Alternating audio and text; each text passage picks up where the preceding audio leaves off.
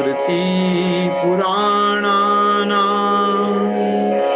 आलयं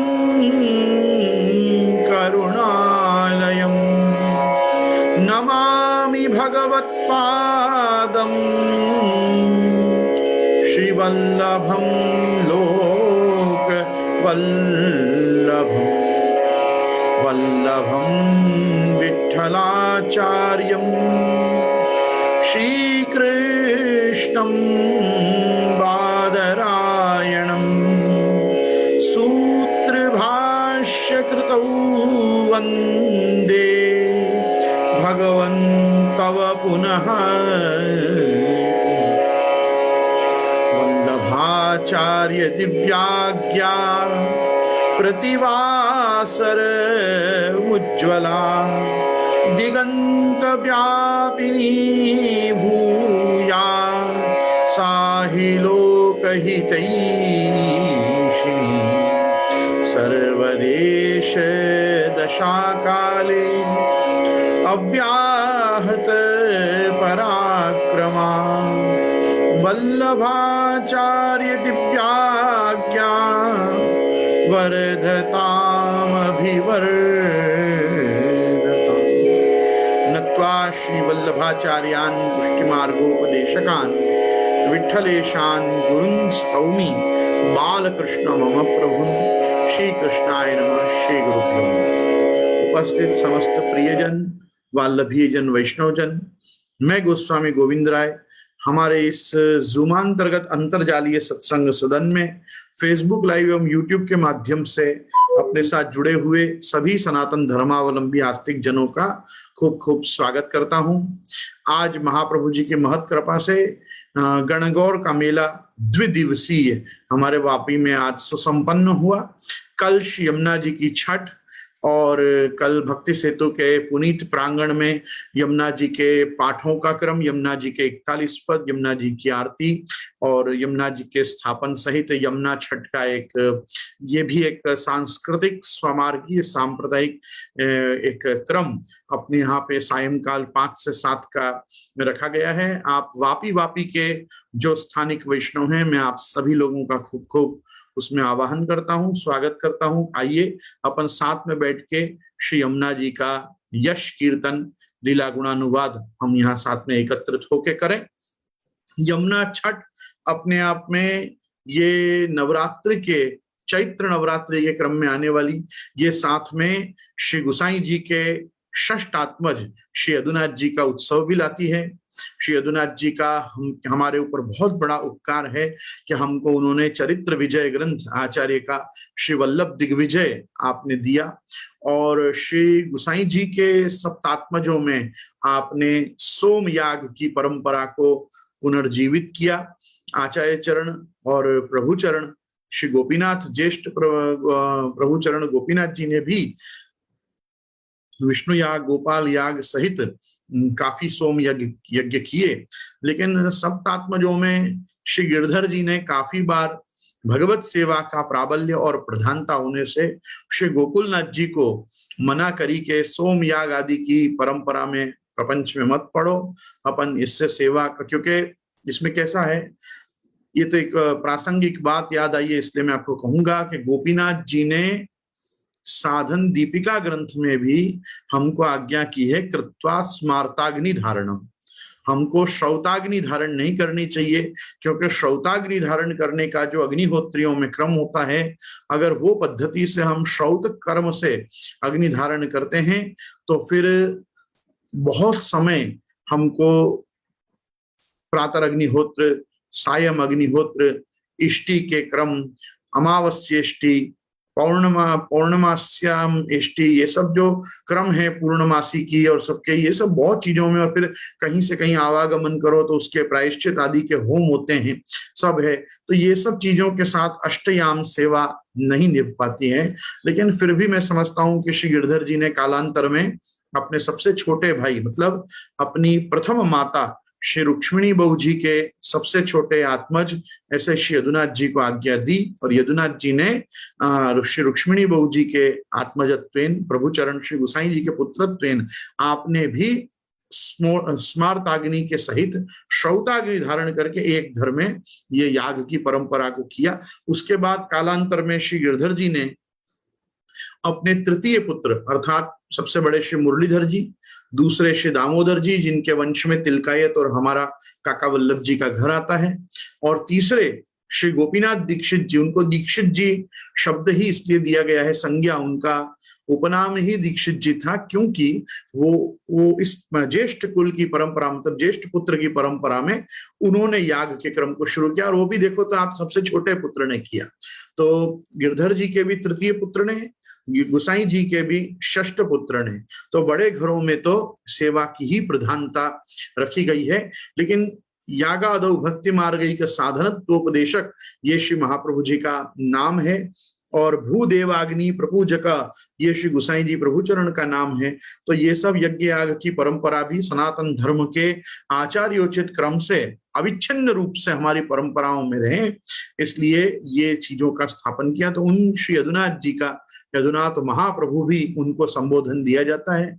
तो जिन्होंने श्री वल्लभ दिग्विजय ग्रंथ लिखा, मेरी ऐसी कुछ, ये मेरी व्यक्तिगत मान्यता है, संभव है गलत भी हो, लेकिन मुझे ऐसा लगता है कि जैसे 84 वैष्णव और 252 वैष्णवों की वार्ताएं तो श्री गोकुलनाथ जी का स्वयं का परिश्रम है, लेकिन बैठक चरित्रों के जो चरित्रों का संग्रह है कालांतर में श्री गोकुलनाथ जी ने अथवा उनके संग हमेशा लिपिकार की तरह रहते कल्याण भट्ट जी ने जो किए हैं, उसमें श्री यदुनाथ जी का बड़ा योगदान है।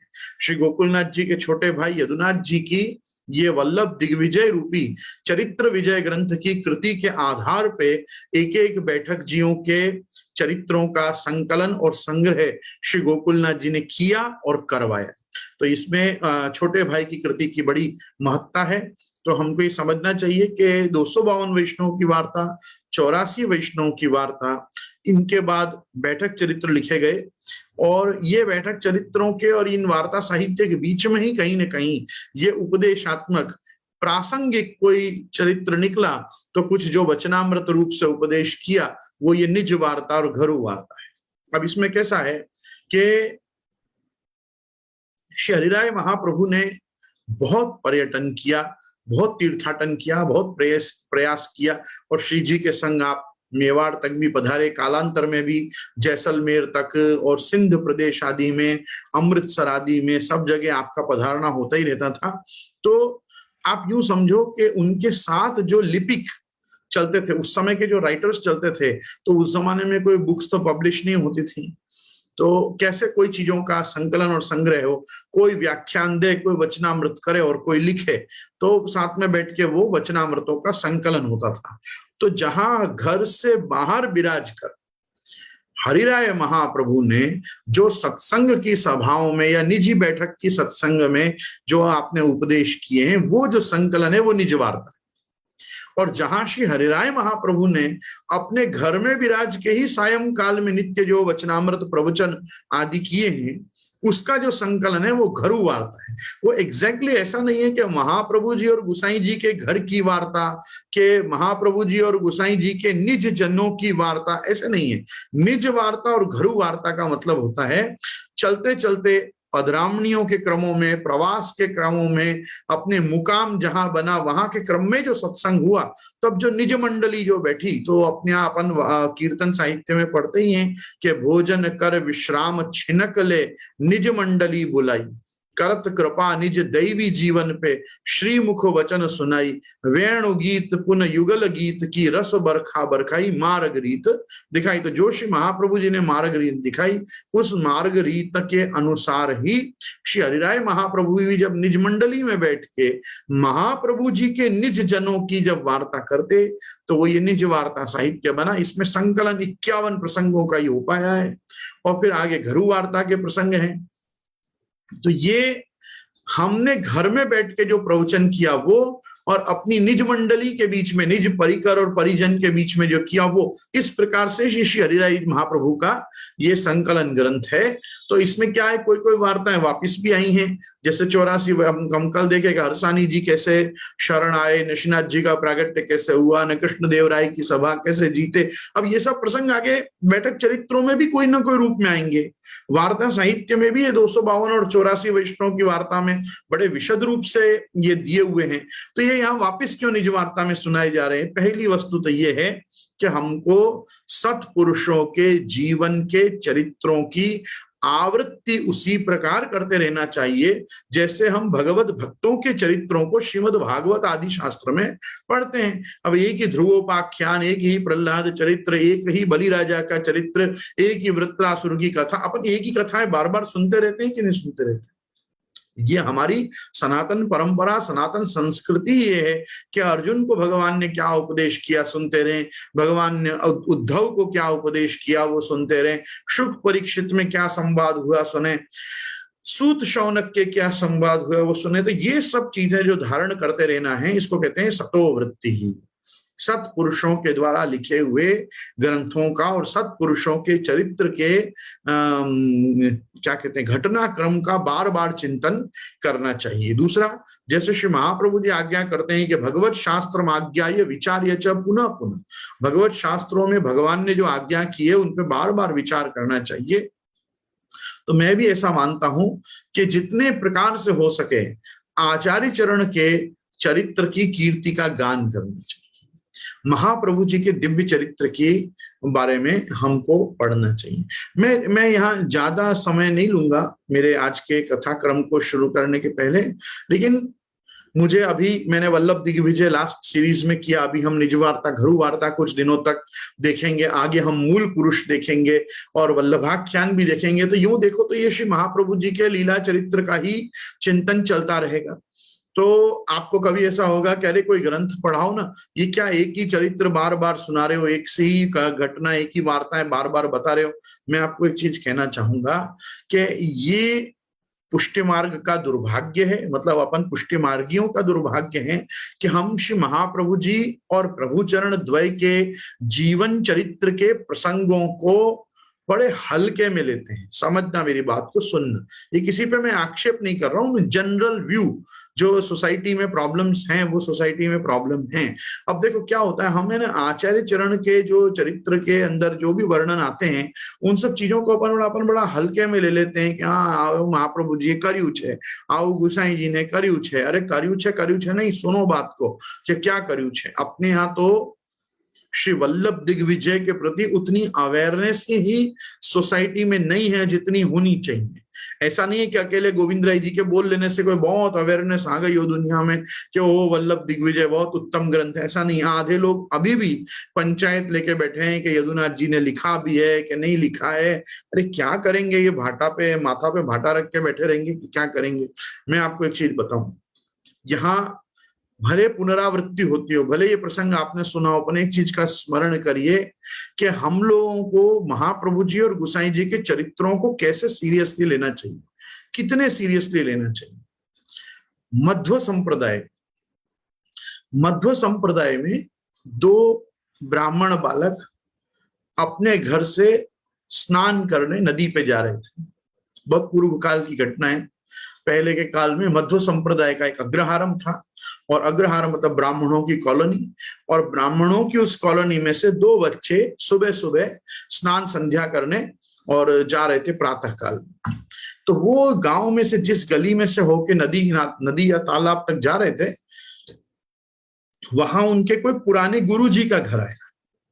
हायर स्टडीज के लिए अब गुरुजी दूसरे हो गए, तो प्रारंभिक शिक्षा जिन गुरुजी के पास वो 2 ब्राह्मणों ने ली थी, बच्चों ने, छात्रों ने, वो 2 गुरुजी को उन्होंने वहां उनके आंगन में प्रातः संध्या करते देखा गुरुजी। तो गुरुजी ने दोनों बच्चों को देखा, दोनों बच्चों ने गुरुजी को अभिवादन किया। गुरुजी ने उनसे सहज में पूछा, और बच्चों बताओ क्या पढ़ रहे हो इन दिनों। इतना तो गुरुजी का पूछना हुआ। वो दोनों बच्चों ने आजू बाजू देखा, उनको एक कुआं दिखा, दोनों जन सीधे जाके कुआं में छलांग लगा, कुआं में जा गिरे। गुरुजी भी घबरा गए कि मैंने ऐसा क्या पूछ लिया इन बच्चों से कि ये सीधे कुएं में छलांग लगा दी इन्होंने। तो गुरुजी वो कुएं के पास गए, तब तक वो दोनों जन कुएं में से पूरे पूरे नहा के और बाहर आ गए। और बाहर आके उन्होंने खाली गुरुजी से कहा कि हम इन दिनों सुमध्व विजय पढ़ रहे हैं। सुमध्व विजय जो है वो मध्वाचार्य जी का चरित्र ग्रंथ है, जैसे अपने वल्लभ संप्रदाय में वल्लभ दिग्विजय। तो उन्होंने खाली इतना जवाब दिया कि हम सुमध्व विजय पढ़ रहे हैं। तो उनके गुरुजी ने बड़े आश्चर्य से कहा कि अरे इतनी सी बात के लिए तुम कुआं में कूद गए। तो वो दोनों बच्चों ने कहा कि गुरुजी, आपने जब हमसे प्रश्न पूछा ना, तब हम शौच जाके आए थे, हम शौच जाके आए थे, पर हमने स्नान नहीं किया था। तो हम आचार्य के चरित्र ग्रंथ का नाम अपवित्र दशा में कैसे लेते?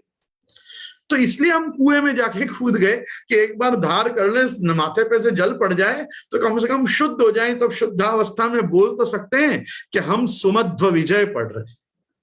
तो आप विचार करो कि उनको कितनी महत्ता होगी आचार्य के चरित्र ग्रंथ की, कि मैं बिना नहाए धोए शौच जाके मैं उसका नाम भी नहीं लूंगा जब तक कि मैं शुद्ध अवस्था में नहीं आऊंगा। तो गुरु जी को बड़ा आश्चर्य हुआ। गुरु जी ने भी उनको नमस्कार किया कि तुम्हारी गुरु भक्ति दृढ़ है, तुम्हारी गुरु भक्ति दृढ़ है। मैं कहना चाहता हूं कि अपन सोचे अरे यार एक ज सत्संग चाली रहे हो, एक ज बात फरी फरी कहे, अरे फरी फरी यही बात करने के लिए हमने 2 कंठी महाप्रभु जी की पहनी है भाई। हमने तो इसीलिए संप्रदाय का ये चयन किया है महाप्रभु जी के पुष्टि मार्ग का, कि हम महाप्रभु जी और गोसाई जी की वार्ता सुन सकें, हम महाप्रभु जी और गोसाई जी के चरित्रों का चिंतन कर सकें। चरित्र का चिंतन करना बहुत जरूरी है। अपने चरित्र के निर्माण के लिए हमको पूर्वजों के, पूर्वाचार्यों के, पहले के भगवदियों के, इनके चरित्र पढ़ने इसलिए जरूरी है ताकि इनके भगवत भाव से हमारा हृदय भी आप्लुत हो और उससे आप्लावित होके और हमारे अंदर भी जो हमारा भक्ति कल्पद्रुम है उसका विकास हो, हमारे भक्ति की जो ये जो बेल है इसका विकास हो। देखो ऐसा है, वो वल्लभाख्यान में एक चीज बहुत सुंदर आती है कि दिवस एकादनी उत्तरा कुंवर प्रति व्यास नंदन वदन विमल भाखी। अरे भागवत जी में तो जो कथा सुनाई गई है वो एकाद दिन की, प्रत्येक ऋतु में आने वाले एकाद दिन की कथा सुखदेव जी ने सुना दी परीक्षित को। दिवस एकादनी उत्तरा कुंवर प्रति व्यास नंदन वदन विमल भाखी। ये तो व्यास नंदन सुखदेव जी ने उत्तरा के पुत्र, अभिमन्यु के पुत्र राजा परीक्षित के लिए एकाद दिन की कथा सुनाई है। हमारे पास तो दिनों दिन तक श्री महाप्रभु जी गोसाई जी ने क्या किया, ये 252-84 वैष्णव में, निज वार्ता, गुरु वार्ता में, बैठक चरित्र में, ये दिवस एकादनी नहीं है। वर्षों तक आचार्य चरण ने भूतल पे क्या किया, वर्षों प्रभु चरण श्री गोसाई जी ने क्या क्या चरित्र दिखाए, वर्षों इस भूतल पे विराजमान रह के गादी पे आरोहण करके प्रभु चरण गोपीनाथ जी ने क्या चरित्र प्रकट किए। अपना संप्रदाय तो इतना धनधन्य संप्रदाय है कि अपने पास बोलो उतना साहित्य उपलब्ध है। यहां खाली मैं आपका ध्यान आकर्षित करूं, 84 वैष्णव वार्ता, 252 वैष्णव वार्ता, वल्लभ दिग्विजय, मूल पुरुष, वल्लभाख्यान, संप्रदाय प्रदीप, संप्रदाय कल्पद्रुम, और भी न जाने मैं सोचने बैठूं तो अभी 11 ग्रंथ निकलेंगे कि जो केवल श्री महाप्रभु जी गोसाई जी से डील कर रहे हैं। ये महाप्रभु जी गोसाई जी के ऐतिहासिक साक्ष्य के ये प्रमाणभूत ग्रंथ हैं अपन जिनके ऊपर चर्चा कर रहे हैं। ये मुझे ऐसी आदत थोड़ी है कि मैं ये पब्लिकेशन हाउस की पब्लिसिटी करूं, लेकिन मैं आप लोगों को क्यों ग्रंथ दिखाता हूं? ग्रंथ इसलिए दिखाता हूं ताकि आपको विषय की ऑथेंटिसिटी के बारे में पता चले। अब गोविंद राय जी कहता था ऐसा नहीं होना चाहिए। अरे गोविंद राय जी कौन है? गोविंद राय जी गौण है इस समय। मेरे कहने से संप्रदाय में विश्वास मत रखो, खुद अपनी आंखों से देखो कि ग्रंथों में क्या लिखा है।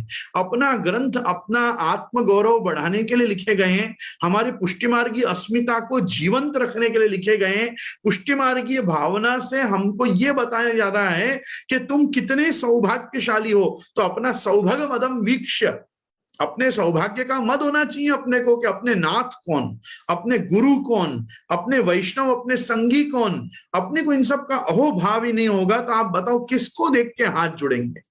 संप्रदाय की स्थिति कितनी खराब है अपन जानते हैं ना। हर व्यक्ति एक दूसरे को देख के ऐसे ऐसे करता है, एक हाथ रख के ऐसे ऐसे करता है। यो यो यो यो जल्दी से होता नहीं किसी का। दो हाथ जुड़ना आज के लिए उपलब्धि है। किसी के दो हाथ आपकी तरफ जुड़ रहे हैं और आपको नमस्कार कर रहा है, वो बहुत बड़ी उपलब्धि है आज के युग में। क्यों? आपने तो कल्चर ही खराब हो गया अपना। तो दूर से देख कैसे एक हाथ से, वो कराटे में नहीं, कराटे वाले सर ऐसे करते हैं। अपन क्या कुंफू में कराटे हैं क्या है? एक हाथ से क्यों नमस्कार कर रहे हैं? नहीं, ये छोटी छोटी बातें हैं पर हमको ध्यान देनी पड़ेंगी, नहीं तो हमारी संस्कृति में से नमस्ते और नमस्कार चला जाएगा। ये नमस्ते और नमस्कार के संरक्षण का युग है।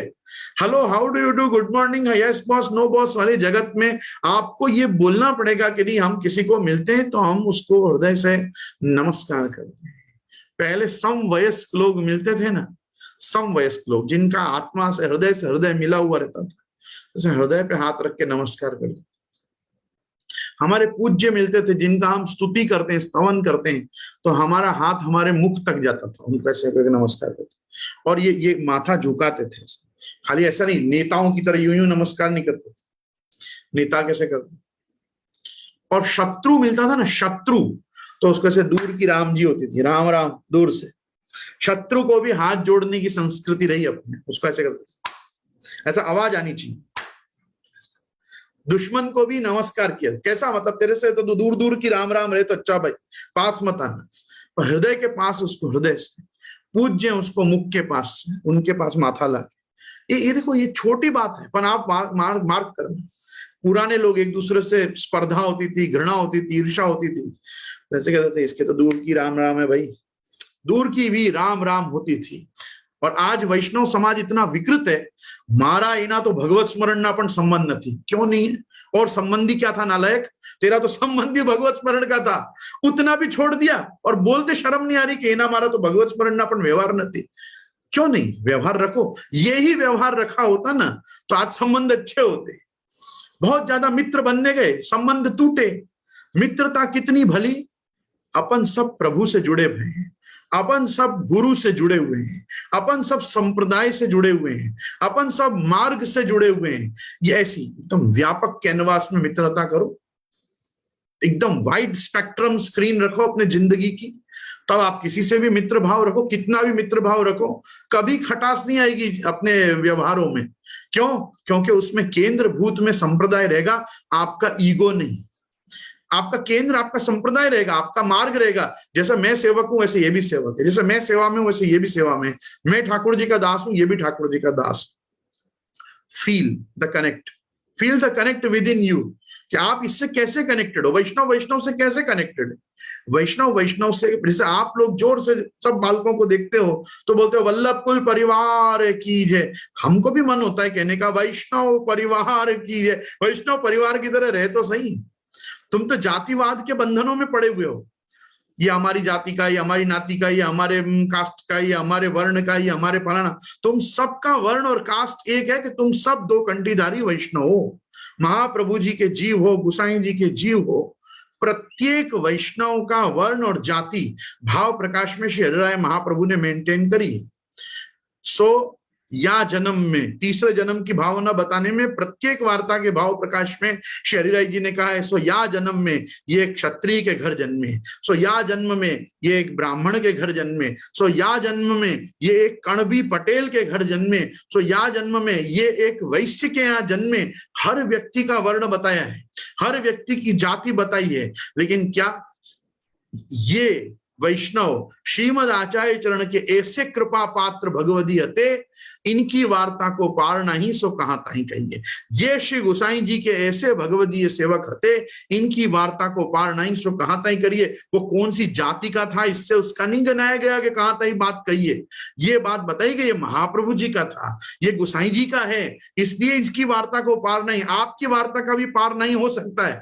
कंडीशन है कि आप में उतनी भावना होनी चाहिए कि मैं श्री महाप्रभु जी का हूं, मैं श्री गोसाई जी का हूं, मैं श्री नाथ जी का हूं, मैं श्री यमुना जी का हूं, मैं गिरिराज जी का हूं, मैं पुष्टि मार्ग का हूं। और ये पुष्टि मार्ग मेरे लिए एट अ होल, ये सबको मिला के बनता है। श्री गोवर्धन नाथ पाद युगलम से लेकर स्वीय प्रभुंश्च स्मरेट तक बनता है।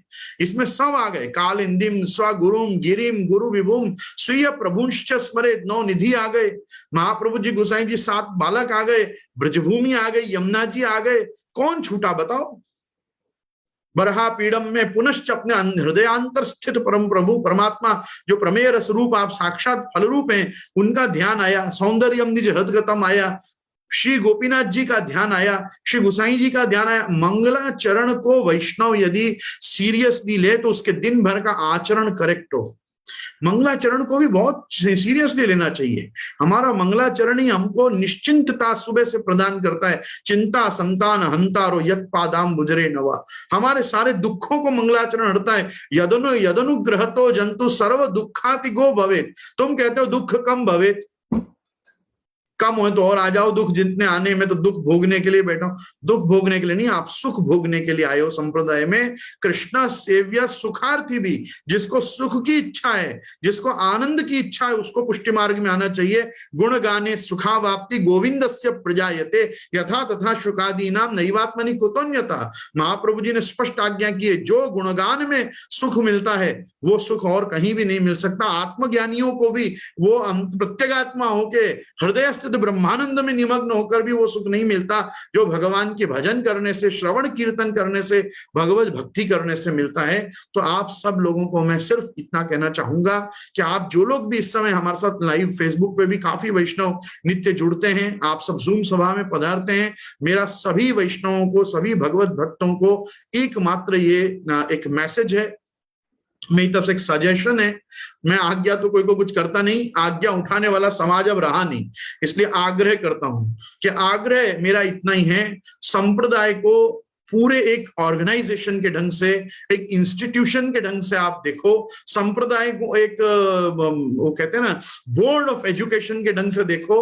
आप उसको ऐसा देखो जैसे आप सीबीएसई बोर्ड को देखते हो, आईसीएसई बोर्ड को देखते हो, स्टेट बोर्ड के आप सिलेबस को देखते हो, आप वैसे संप्रदाय को देखो। स्कूल्स के रूप में मत देखो, ये छोटे छोटे हमारो गुरु घर ने मैं आ घर ना सेवक ने ते घर ना सेवक, ये सब बेकार बातें हैं। आप क्या कौन सी स्कूल से पढ़े, इससे क्या मतलब है?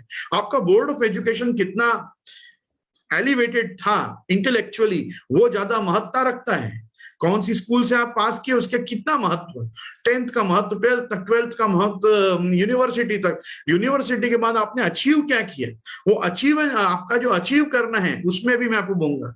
जो आपकी डिग्रीज हैं वो डिग्रीज आपको लिटरेट बनाती है, एजुकेटेड नहीं बनाती है। आपके एक्सपीरियंस आपको एजुकेटेड बनाते हैं। with some degrees in hand, you are only literate. You can read, write and speak good. That is only thing which the institutions are giving.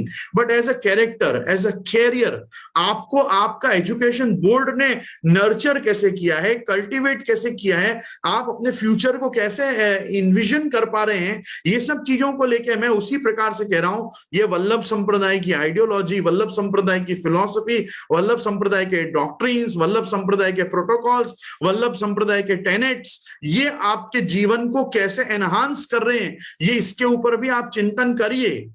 अगर नहीं किया है तो आज करिए कि मुझे ये पुष्टि मार्ग से क्या बेनिफिट मिल रहा है, मैं पुष्टि मार्ग ये हो क्या। दूसरा, अगर आपको कहीं भी लग रहा है कि आप पुष्टि मार्ग से बेनिफिटेड हैं, तो अब आप ये विचार करिए कि आप पुष्टि मार्ग के लिए क्या कर रहे हैं, आप पुष्टि मार्ग को अब और आगे बढ़ाने के लिए आप कैसे हेल्पफुल हैं। देखो, भाईला कोठारी, नागजी भट्ट, हरसानी जी स्वयं, कृष्णदास मेघन, राणा व्यास, मैं तो कितने वैष्णव ऐसे गिना सकता हूं कि जिनका तो काम था, चाचा हरिवंश जी, के जो लोग महाप्रभु जी गुसाई जी को एक हेल्पिंग हैंड थे, उनके ही अंग रूप थे, उनके ही भाव रूप थे, और उनको हेल्प करते थे संप्रदाय को और प्रमोट, प्रोपोगेट, पब्लिसाइज करने में, कि इसकी और दूर दूर तक इसकी कीर्ति विशद रूप से फैले। आज क्या हो रहा है, हम बैठ के पुष्टि मार्गी मंदिरों को क्रिटिसाइज करते हैं, पुष्टि मार्गी धामों को क्रिटिसाइज करते हैं, पुष्टि मार्गी आचार्यों को क्रिटिसाइज करते हैं, पुष्टि मार्गी साधना प्रणाली को बैठ के क्रिटिसाइज करते हैं, भले इन पॉकेट्स करते हों, पर आपको पता नहीं है कि वो विशियस पॉइजन कितना ज्यादा फैलता है। आज भी भारत में सबसे बड़ी जो एडवर्टाइजिंग कंपनी है वो है माउथ पब्लिसिटी, वो माउथ पब्लिसिटी है। इसलिए अपने माउथ को सोच विचार के खोलना चाहिए। इसीलिए महाप्रभु जी ने एक इंजंक्शन लगाया अपने ऊपर, मुखरता दोष से बचो, असदालाप मत करो, असत्संग मत करो, अन्याश्रय मत करो, असमर्पित मत खाओ। ये छोटे छोटे इंजंक्शंस आप देखो तो आपके कैरेक्टर बिल्डिंग में आपको हेल्प करते हैं। ये आपको एक है ना टाइम मैनेजमेंट के साथ आपको लाइफ मैनेजमेंट के रूल्स सिखाते हैं कि आपको उतना ही बोलना जिसमें सत्यम वद प्रियम वद समा सके। सत्यम वद प्रियम वद, किससे परुष भाषण ही नहीं करना, किसी से उल्टा बोलना ही नहीं। क्यों? उतनी देर अष्टाक्षर का लोप क्यों करना, उतनी देर क्यों हम श्री कृष्ण शरणम मम से वर्जित रहें। प्रयास करना कि हम अच्छा ही बोलें, सबको आशीर्वाद ही दें, सबको हर चीज के लिए ब्लेस करें, सब चीज को अच्छे के लिए अरे नहीं सराहें, हाँ नहीं तुमने बहुत अच्छा किया। आप मेरे यहाँ आइए और कभी पूछिए, कितनी भी बड़ी समस्या होने पर मैं कभी किसी को नहीं कहता हूं तेरे कारण ऐसा क्यों हुआ। मैं तो अगली बार ध्यान रखना, अपन को ही सब देखना है, अपन को ही सब करना है, अपना ही सब काम है, अपन लोग ही सब कर रहे हैं। क्यों? ये सब नहीं होगा तो कौन करेगा? अपन को ही सबको लेके चलना है, सबको साध के चलना है। ये चाहे परिवार का मैटर हो, समाज का मैटर हो, राष्ट्र का मैटर हो, धर्म का मैटर हो, अधर्म का मैटर हो। अधर्म से लड़ना है तो भी धर्म जगत के लोग साथ में चाहिए, धर्म को बढ़ाना है तो भी धर्म जगत के लोग साथ में चाहिए। मनुष्य को बिना साथ के कुछ काम होने वाला नहीं। इसलिए अपने यहां अनागार धर्म नहीं दिया। महाप्रभु जी ने किसी को नहीं कहा कि लंगोटी लगाओ, भगवा कपड़ा पहनो, संन्यास लो और भाग जाओ, अपने उद्धार की कल्पना करो। नहीं, सबके उद्धार की सोचो। सबका साथ सबका विकास आज का स्लोगन नहीं है, सबका साथ सबका विकास और सबका विश्वास। ये महाप्रभु जी का पुष्टि मार्ग का 500 वर्ष पुराना स्लोगन है, जिसको पुनर्जीवित किया है किन्हीं महानुभावों ने। मैं तो कहता हूं ये पुष्टि मार्ग का स्लोगन है, सबका साथ सबका विकास। स्त्री शुद्धाद्य धृतिक्षम कौन हो सकता है? और किन्होंने ये विचार किया कि हाथ दो पुरुषोत्तम पधरा दो माथे पे। ठाकुर जी पधरा दो हर व्यक्ति के घर में। सब पहले बोलते थे अनुपनी नीत हो तो ये नहीं कर सकते, तुम ऐसे हो तो इसको नहीं छू सकते, तुम यहां नहीं आ सकते, तुम वहां नहीं आ सकते। महाप्रभु जी ने कहा इतना सब समस्या है, कोई कहीं आ ही नहीं सकता, कोई कहीं जा ही नहीं सकता, तो एक काम करो ठाकुर जी ही इनके पास पधरा दो। ठाकुर जी तो इनके पास जा सकते हैं ना, ठाकुर जी सर्वतंत्र स्वतंत्र हैं, तो हमको तो कृपा करके ठाकुर जी पधरा दिए गए हैं। अब हमारे पास ठाकुर जी हैं, ठाकुर जी के साथ परिवार है, परिवार के साथ हमारे अपने लोग हैं जिनके साथ हमको ये पुष्टि मार्ग का चिंतन करना है। तो आओ अपन आज अपना आगे का पुष्टि मार्गीय चिंतन शुरू करें, नहीं तो गोविंद राय जी रुकेंगे ही नहीं और समय पूरा हो जाएगा, ऐसा है। ठीक है, तो वार्ता प्रसंग छठवां। वार्ता प्रसंग छठवां। कृष्णदास मेघन सौरों में रहते। निज वार्ता में आज छठवां प्रसंग। कृष्णदास मेघन सौरों में रहते, केशवानंद नाम के योगी के शिष्य थे। ये सौरो जी जो है ये सूकर क्षेत्र है, सूकर क्षेत्र। यहाँ का प्रधान तीर्थ है हड़ौती गंगा। लोग यहाँ भी आके अस्थि विसर्जन करते हैं। और इस समय जिस हम श्वेत वाराह कल्प में हैं, ये वाराह भगवान का जब अवतार हुआ, वाराह भगवान ने हिरण्याक्ष का वध किया। हिरण्याक्ष जो है कश्यप ऋषि के पुत्र हैं। कश्यप ऋषि के पुत्र दिति से उत्पन्न हुए हिरण्याक्ष, उनका वध करने से उनको ब्रह्म हत्या लगी।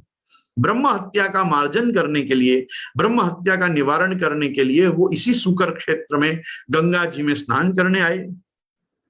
जब गंगा जी में स्नान किया तो गए थे, तब तो वो श्याम वाराह थे, लेकिन जब स्नान करके बाहर निकले तो वो श्वेत वाराह के रूप में निकले। उनका तो पूरा शरीर ही कृष्ण वर्ण से श्वेत वर्ण का हो गया। तो उनको बड़ा आश्चर्य हुआ कि ये क्या हुआ। तो ब्रह्म हत्या जो उनके शरीर में से गंगा जी में वहां स्नान करने से निवृत्त हुई, उससे उनको तनु नवत्व, स्वयं वराह भगवान को भी तनु नवत्व प्राप्त हुआ। तो उस दिन से उस जगह का नाम, वहां आज भी श्वेत वाराह का मंदिर है और वहां सूकर क्षेत्र है। और वो स्थान में जाके जो लोग भी अपना तन छोड़ते हैं अथवा तन की कोई भी वस्तु को वहां जाके जो गंगा जी में विलीन करते हैं, प्रवाहित करते हैं, तो उनको भी उसी प्रकार से ब्रह्मलोक में, वैकुंठ आदि में, उत्तम लोकों में तनु नवत्व की प्राप्ति होती है। इसलिए ये सूकर क्षेत्र जो है, सौरो जी, इसको वार्ता साहित्य में सौरम, सौरम जी भी कहा जाता है। तो सौरो जी, सौरम जी, ये सूकर क्षेत्र, ये सब एक ही नाम है, प्राचीन नाम सूकर क्षेत्र है, क्योंकि यहाँ भगवान वाराह ने भी अपनी ब्रह्म हत्या का मार्जन किया था। तो ये श्वेत वाराह का स्थान है, जिनका ये कल्प चल रहा है इस समय। श्वेत वाराह कल्पे वैवस्वत मनवंतरे अष्टाविंशति तमे कलयुगे, कलि प्रथम चरण। ये इस समय पे 28वां कलयुग चल रहा है। तो तो ये कृष्णदास मेघन जो है ये सौरों में रहते, केशवानंद नाम के योगी के ये शिष्य थे। वल्लभ कुल में आज भी जब कोई आचार्य महानुभाव या आचार्य परिवार के लोग जब नित्य लीला को प्राप्त होते हैं, स्वधाम गमन करते हैं, तो उसके बाद उनके जो अस्थि विसर्जन का क्रम होता है फूल पधराने का, वो फूल पधराने का क्रम 3 जगह पे होता है, गंगा जी में, श्री यमुना जी ध्रुव क्षेत्र में मथुरा जी में, और गिरिराज जी की तरेटी में, क्योंकि हमारी भावना ये है कि श्री गोवर्धन की रहिए तरेटी, सदा श्री गोवर्धन की रहिए। तो ये गिरिराज जी, यमुना जी और गंगा जी ये सबको प्राप्त होते हैं। आप सभी को मैं खाली स्मरण करा दूं कि आचार्य चरण ने स्वयं भी आसुर व्यामोह लीला के लिए गंगा जी का ही चयन किया, क्योंकि सकल शास्त्रों में मोक्षदायिनी और प्रत्येक व्यक्ति को सनातन धर्म में अंतिम समय में गंगा जी का प्राप्त होना ये पुराणों में सर्वविदित है, सर्व प्राप्त है। तो श्री गंगा जी का ही आग्रह आचार्य चरण ने स्वयं भी आसुर व्यामोह लीला के समय रखा। तो आपने भी नित्य धाम की ओर जब गमन किया, गोलोक धाम की ओर, तो आपने गंगा जी के माध्यम से ही आपने अपना यूं प्रकृत भाषा में प्राकृतानुकृति व्याज मोहितासुर मानुष, आप श्री के उस रूप का चिंतन करें तो कह सकते हैं कि श्री गंगा जी में ही आपने शरीर छोड़ा, अथवा लौकिक आपकी प्राकृत तो नहीं है, पर जो लौकिक देह धारण करके आप ब्राह्मण वपु से, विप्र वपु से आप जो भूतल पे विराजे, तो आपने गंगा जी में ही उसका परित्याग किया। उसका स्मरण करते भी अद्यावधि हम आचार्य महानुभावों को भी श्री गंगा जी भी प्राप्त कराई जाती है।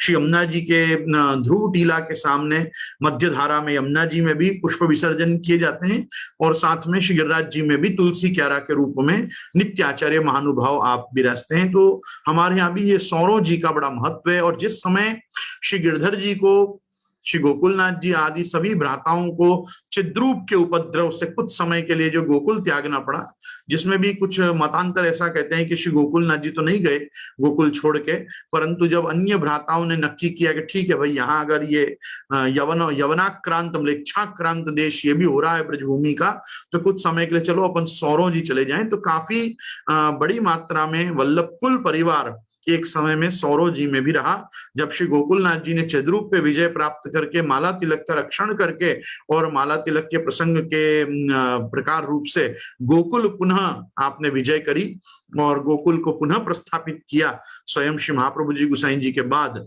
तो उसके बाद पुनः सब सौरों जी से सब वल्लभ कुल पुनः गोकुल आके विराजे। तो यहाँ कह रहे हैं कि कृष्णदास मेघन सौरों में रहते, केशवानंद नाम के योगी के शिष्य हते। सो एक समय ब्रज में आए, तिन्ने श्री आचार्य जी के दर्शन करी के यह मन में लाए, जो मैं तो इनको सेवक हूं।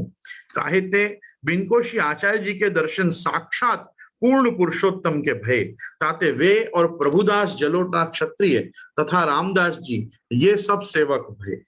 तो कृष्णदास मेघन, प्रभुदास जलोटा और रामदास जी ये सब एक साथ श्री महाप्रभु जी के सेवक भय।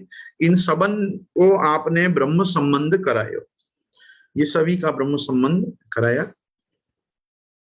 इन सबन को संग लेके आप श्री आचार्य जी वृंदावन पारासौली होई के आन्योर में सद्दू पांडे के घर पधारे, जहां एक चौतरा हतो तापे आप विराजे।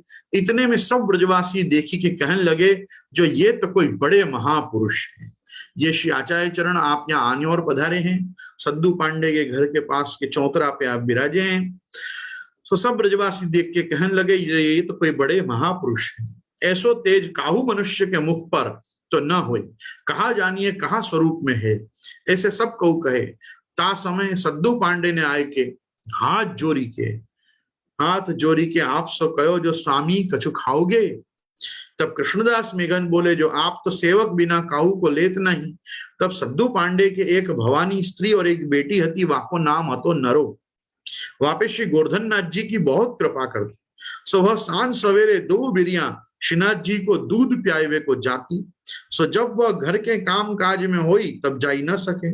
तब गिरिराज ऊपर से वाको श्री गोवर्धन नाथ जी पुकारे, तबहु न जाई। तो श्रीनाथ जी आप वाके घर आए के मांगी के अरोगे।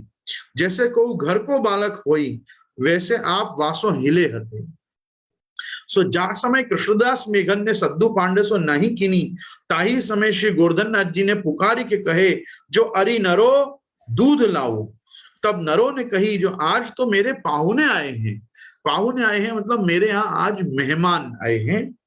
तब आप कहे जो पाहुने आए हैं सो तो भली भई, पर मोको तो दूध लाऊ। तब नरों ने कही जो हो वारी लाल लाई। सो नरों दूध को कटोरा भरी के पर्वत ऊपर ले गई।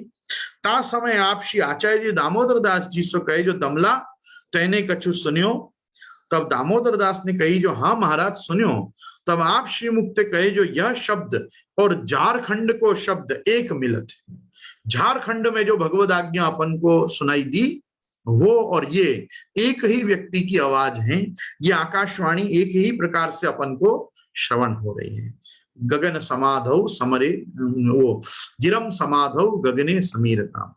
जैसे उस समय पे आकाशवाणी हुई और ब्रह्मा जी ने सुनी, जब सब लोग प्रार्थना करने गए भगवत प्रादुर्भाव के प्रागट्य की विनती करने क्षीर सागर के तट पे, तो गिरम समाधौ गगने समीरता। तब जो आकाशवाणी हुई और ब्रह्मा जी को सब भगवान ने उपदेश किया, तो जैसे ब्रह्मा जी समझ गए और साथ में श्री महादेव जी समझे कि ये भगवान ने क्या आज्ञा की है, वैसे भगवान की वाणी झारखंड में जो प्रकट हुई वो और ये श्री गोवर्धननाथ जी के और नरों के संवाद, ये दोनों में वाणी के स्वरूप को समझ के श्री महाप्रभु जी समझ गए कि यह साक्षात गोवर्धन दर के शब्द हैं।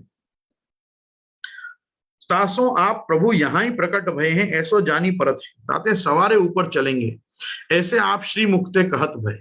इतने में नरो श्री गोवर्धननाथ जी को दूध प्याई क्याई। तब श्री आचार्य जी आप वासो कहे जो ये हमको दे या में कछु बच्यो है। तब नरों ने कही हाँ महाराज रंचक है। तब आप कहे जो रंचक ही लाऊं। तब वाने कही जो महाराज घर में दूध बहुत है सो लाऊं। तब आप कहे जो औरतें हमारे चाहिए नहीं। सद्दू पांडे तो भगवदी है, श्री गोवर्धननाथ जी के कृपा पात्र हैं, जो साक्षात गोवर्धननाथ जी इनसे बात करते और जो चाहिए सो मांगी लेते। सो वह समय सद्दू पांडे को तो श्री महाप्रभु जी के दर्शन साक्षात पूर्ण पुरुषोत्तम के भय। तब सद्दू पांडे ने कही जो महाराज हमको कृपा करी के नाम दीजिए। तब आप अनुग्रह करके उनको अपने किए। तब सब कछु उनको अंगीकार कियो। पाछे वार रात्रि को सद्दू पांडे और उनके बड़े भाई माणिक चंद पांडे और सद्दू पांडे की स्त्री भवानी और वाकी बेटी नरो और ब्रजवासी बड़े बड़े वृद्ध हते। सो सब श्री आचार्य जी महाप्रभु के चौतरा पास आए बैठे। तब आप श्री मुक्ते कहे जो कहो सद्दू पांडे ये ऊपर देव दमन प्रकट भय हैं। सो कौन रीति सो प्रकट भय हैं, इनकी सब बात तुम हमसो कहो। तब सद्दू पांडे ने कही जो आप तो सब जानत हो और आप ही पूछत हो तो कहत हूं। ऐसे कहे कि जा रीति सो श्री गोवर्धननाथ जी को प्रागट्य भयो तो सोता भांति सद्दू पांडे कहत भय। वार्ता प्रसंग 7वां। महाराज हमारी गायन को एक ग्वाल हतो, वह सगरे गाम की गाय चरावे को जातो। सो एक ब्राह्मण की बहुत बड़ी गाय हती। सो वह गाय हु चरवे को जाती। सो चरी के घर को आवे तब वो ब्राह्मण दुहीवे को बैठे, तब दूध रंचक देऊ नहीं और सब चढ़ाए रखे। सो वो ब्राह्मण अपने मन में बहुत कुड़े जो मेरी ऐसी गाय इतनी बड़ी गाय और दूध काहे को नहीं देत। तब यह अपने मन में निर्धार कियो जो होई तो गाय को ग्वाल दुही लेते। जाते ग्वालन सो कहनो। जब सांझ को वो ग्वाल अपने घर आयो तब वह ब्राह्मण जाए के वासों खींचो और कहो जो क्यों रे भैया तू मेरी गाय दुही लेत है। तब वह ग्वाल ने कही जो भैया मैं तो यह बात में समझत नहीं, तू वृथा बिनु देखे मेरो नाम लेते है सो आछो नहीं है। और जो तो इतनी कही तो मैं तो काली ठीक रखूंगो। जब सवारे वह ग्वाल गाय चरावे को गयो तब सब गाय तो वन में छोड़ी दीनी और वो गाय पाछे पाछे डोले और नजर में राखे जो याको दूध कौन दुही के पी जात है। तब इतने में वह गाय ग्वाल की दृष्टि बचाई के गोवर्धन के पर्वत के ऊपर चढ़ी। पाछे ते वह ग्वालहु पर्वत ऊपर चढ़्यो और दूरी से देखें तो ऊपर एक बड़ी शिला हती, वहां में एक छेद हतो ताके ऊपर ठाड़ी हुई के वह गाय सारो दूध श्रवे है, दूध बहने लग जाता था। सो सबरो दूध वह ठोर डारी के उतर आई। वह ग्वाल ने दूर से देखे हो ता पाछे वह ठोर गयो, ता देखे तो एक शिला है, वहां में एक छेद है। यह देखे ग्वालन हूं नीचे उतर आयो। सो सगरो दिन गाय चराई। पाछे जब घर आए को समय भयो तब जब घर आए को समय भयो, तब वो गाय फेरी पर्वत ऊपर चढ़ी। तब ग्वाल वाके फेर पर्वत के ऊपर चढ़े, सो देखे तो जैसे सवारे वह गाय आपुते दूध श्रवती, तैसे ही श्रवती भई। पाछे वह गाय श्रव के पर्वत के ऊपर ते उतर आई, तब वह ग्वालहु पाछे उतर आयो। दो समय जाती थी, दो समय जाके श्री गोवर्धनधर को दूध भोग धरती गाय। सुहा ग्वाल ने ये समाचार वह ब्राह्मण सो कहे, जो भैया तेरी गाय ऐसी रीति सो दो बिरिया आप जाए के पर्वत ऊपर श्रवती है, जो तू न माने तो सवारे मेरे संग चलियो, हो तो दिखाई दूंगा। तब यह बात सुनी के वह ब्राह्मण को बड़ो आश्चर्य भयो। सवारे भय गाय बन को चली, तब वह ब्राह्मण हूं गाय के पीछे पाछे चलियो। सो आगे जाए के वह गाय पर्वत ऊपर चढ़ी, तब वह ग्वाल और ब्राह्मण दो आके पीछे पर्वत ऊपर चढ़े। सो दूरी ते देखें तो वह गाय आप ते ठाड़ी ठाड़ी दूध श्रवती है। तब वह ब्राह्मण के मन में साच आयो, तब वाने विचारियो जो यह बात को कहा करनो। पाछे वह ब्राह्मण ने आए कि यह सब बात हमसो कही, अर्थात सद्दू पांडे सो कही। सो हमको हु सुनी के बड़ो आश्चर्य भयो, आपस में विचार कियो, जो कहो भैया कहा कारण है। तब हम सबन ने एक बहुत वृद्ध हतो वाने कही, जो भैया मैंने तो ऐसो सुनियो है, जो जहां कछु धन होए तहां गाय आप ते श्रवे। यह बात सुनी कि हम निश्चय करी के पर्वत ऊपर गए। सो देखें तो एक बड़ी शिला है, वह शिला में एक छेद है। तब हम सबन ने विचार किया जो शिला को उठावें। तब वो शिला हम सबन ने उठाई और देखें तो वहां में एक सुंदर लड़का बरस 7 को ठाड़ो है, 7 साल का एक बच्चा अंदर खड़ा हुआ है, और शिला को छेद है सो वाके मुख के ऊपर ही है। सो वहां ते वह दूध पीवत है। तब हम सबन ने कही, जो या के नीचे धन है सो सांचो है, ता दिन पाछे हम वाको दूध दही भोग धरे सो सब अरोगे, और आप यहाँ सब लड़कान के साथ खेले। जब आपको नाम सबन ने पूछो, तब अपनो नाम देव दमन बतायो, और हम ऐसे जानियो जो ये पर्वत को देवता है। गोवर्धनौ गिरौ रम्ये सदा लीलाम करोति यह, श्रीनाथम देव दमनम प्रवदंती विसज्जना। गर्ग संहिता में गर्गाचार्य जी भी गिरिराज खंड में यह बात हमको बताते हैं कि गोवर्धन के गिरी पर, गोवर्धनौ गिरौ रम्ये सदा लीलाम करोति है, जो सदा से वहां लीला कर रहे हैं, ऐसे जो व्यक्ति वहां पे ठाड़े हैं उनका नाम श्रीनाथम देव दमनम। और सज्जन लोग मतलब महापुरुष सिद्ध गंधर्व मुनिजन ऋषि मुनि उनको श्रीनाथ और देव दमन नाम से पुकारते हैं।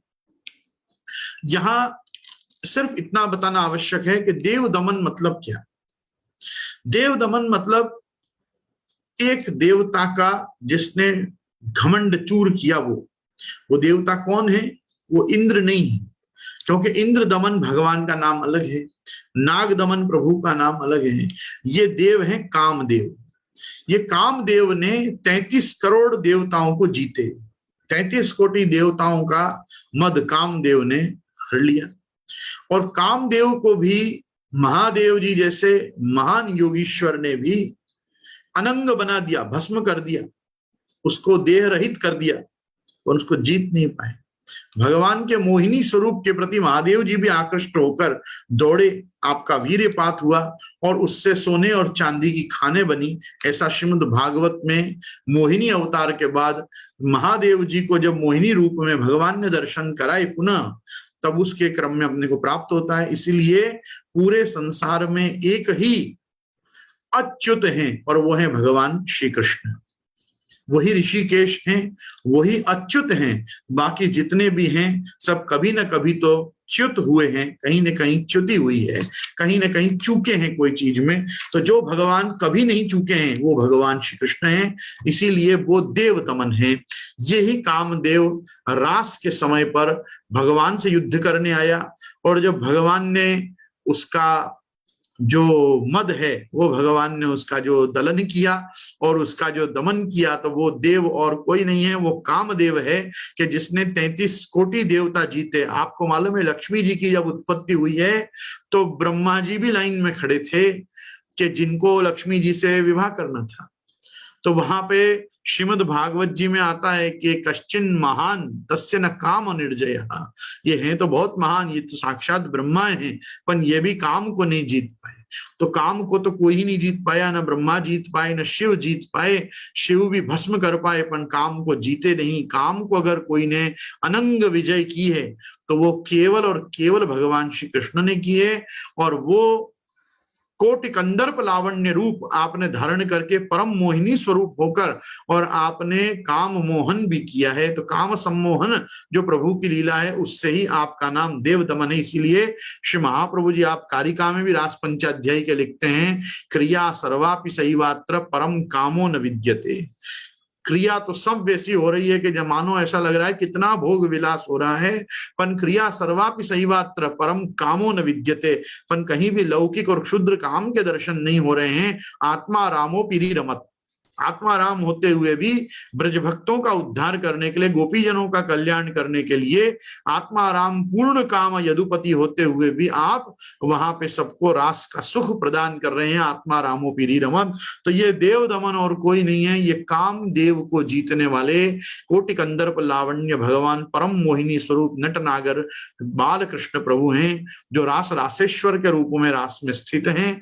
यही गोवर्धन धर श्रीनाथ जी के रूप में निकुंज नायकत्वेन आप प्रकट हुए हैं। आप ही नाग दमन हैं जिन्होंने कालिय नाग का दमन किया, यही इंद्र दमन है जिनने मघवा वृष्टि निवारी, और यही देव दमन है जिन्होंने रास पंचाध्यायी में और सभी प्रकार के देवों को पराजित करते हुए, क्योंकि देखो जिस समय पे शौरी शब्द का प्रयोग आएगा रास पंचाध्यायी में तो वो तासाम आविर्भूत शौरी, तो वो शौरी केवल शूरसेन के पुत्र वसुदेव जी के आत्मज इस प्रकार से ही नहीं आएगा, ये भी अर्थ है, लेकिन वहां शौरी के अर्थ में किस प्रकार से ब्रह्मा विष्णु और शिव के नियामक भगवान है इस प्रकार से अर्थ घटित किया है सुबोधनी में टिप्पणी जी में। तो तासाम आविर्भूत शौरी स्वयमान्न मुखाम्बुज पीतांबर धरस्त्रग्वी साक्षात मन्मथ मन्मथ। दो बार मन्मथ मन्मथ है, मन्मथ अर्थात कामदेव, कामदेव के मन को भी मथ दे और उसके ऊपर जो विजय प्राप्त करे, ऐसा जो है वो भगवान श्री गोवर्धन धर श्रीनाथ जी है। तो ये श्रीनाथ जी 7 बरस के बालक के रूप में सद्दू पांडे प्रभृति अन्य भगवत भक्तों को साक्षात हुए और बाद में उनके घर खेलने जाया करते थे। ये इस प्रकार से प्रत्यक्ष और परोक्ष रूप में ब्रज भक्तों को दर्शन देते, लेकिन अपनी सेवा पूजा का कोई अन्य प्रकार आपने तब तक प्रस्थापित नहीं किया जब तक श्रीमद आचार्य चरण ने विधिवत आकर आपको प्रकट लोक में नहीं किया। इसीलिए महाप्रभु जी के और श्री गोवर्धन धर के आगामी जो अब मिलाप होने वाला है उसको अपने आप प्रथम मिलन कहा जाता है। ये प्रथम मिलन साक्षात से है।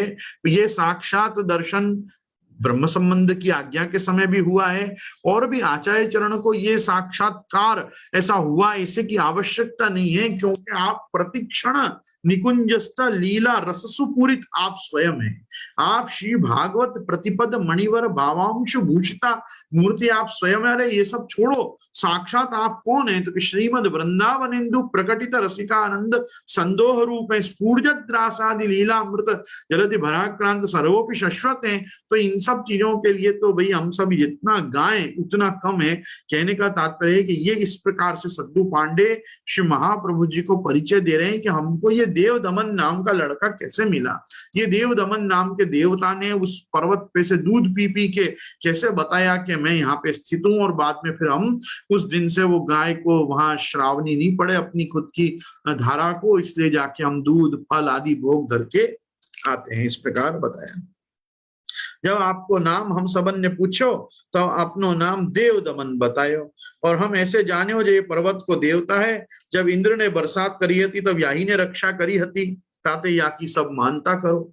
तो ऐसी रीति से यह प्रकट भये और श्रीनाथ जी आपके संग और 3 देवता को गिरिराज जी में प्रागट्य भयो है। तामे संकर्षण कुंड में संकर्षण देव जी, गोविंद कुंड में ते गोविंद देव जी, दान घाटी ऊपर श्री दानी राय जी, और तिनकी सेवा मतांतर में सब वैष्णव करत हैं। ऐसे चारों देवतान को प्रागट्य एक ही संग भयो है। आप तो ईश्वर हैं, सब जानत हैं, अपनी बात आप ही पूछते हैं। सो याते जो सब जगत में अपनो महात्म्य प्रकट न करें तो भगवत ये कहा गुणगान करें। ताही गोपाल दास जी गाए हैं, आपनी लीला ते वदन पोते करी उच्चार आनंद अधिक दीधो। तब श्री आचार्य जी आप यह बात सुन के गदगद हो गए। तो इस प्रकार से श्री सद्दू पांडे और सद्दू पांडे के परिवार ने श्रीमद आचार्य चरण को श्री गोवर्धन धर ने किस प्रकार से इस काल के महाप्रभु जी के सांप्रत समय के ब्रज भक्तों को अपना साक्षात्कार कराया, ये सब किस प्रकार से नरो उनकी मित्र और सेविका बनी, और कैसे उसके ही हाथ से आप नित्य मांग मांग कर दुग्ध आदि पान करते। तो ये सब प्रकार ये माणिक चंद पांडे, सद्दू पांडे, भवानी, नरो आदि सबों ने बैठकर रात्रि को 5 वैष्णव संघ महाप्रभु जी झारखंड से जो पधारे और आन्योर आके आप विराजे, तो ये आन्योर के चौतरा पे रात्रि भर ये भगवत लीला भगवत चर्चा की वार्ता करते हुए हुई। कल के प्रसंग में हम प्रथम मिलन का प्रसंग देखेंगे कि किस प्रकार श्री गोवर्धन धर आप साक्षात सामे पधारी के और आप कैसे श्री वल्लभ से भेटे, इसके लिए एक रात्रि का अवकाश हम लेते हैं। कल हम इस पे भी जरूर चिंतन करेंगे। दृढ़ इन चरणन केरो भरोसो, दृढ़ इन चरणन केरो श्री वल्लभ नख चंद्र छटा बिन, सब युग मांझ अंधेरो भरोसो, साधन और नहीं आकली में जासो होय निबेरो, सूर कहा कहे द्विविध आंधरो, बिना मोल को चेरो भरोसो, दृढ़ इन चरणन केरो भरोसो। श्री गोवर्धन नाथ की जय। श्याम सुंदर श्री यमुने महारानी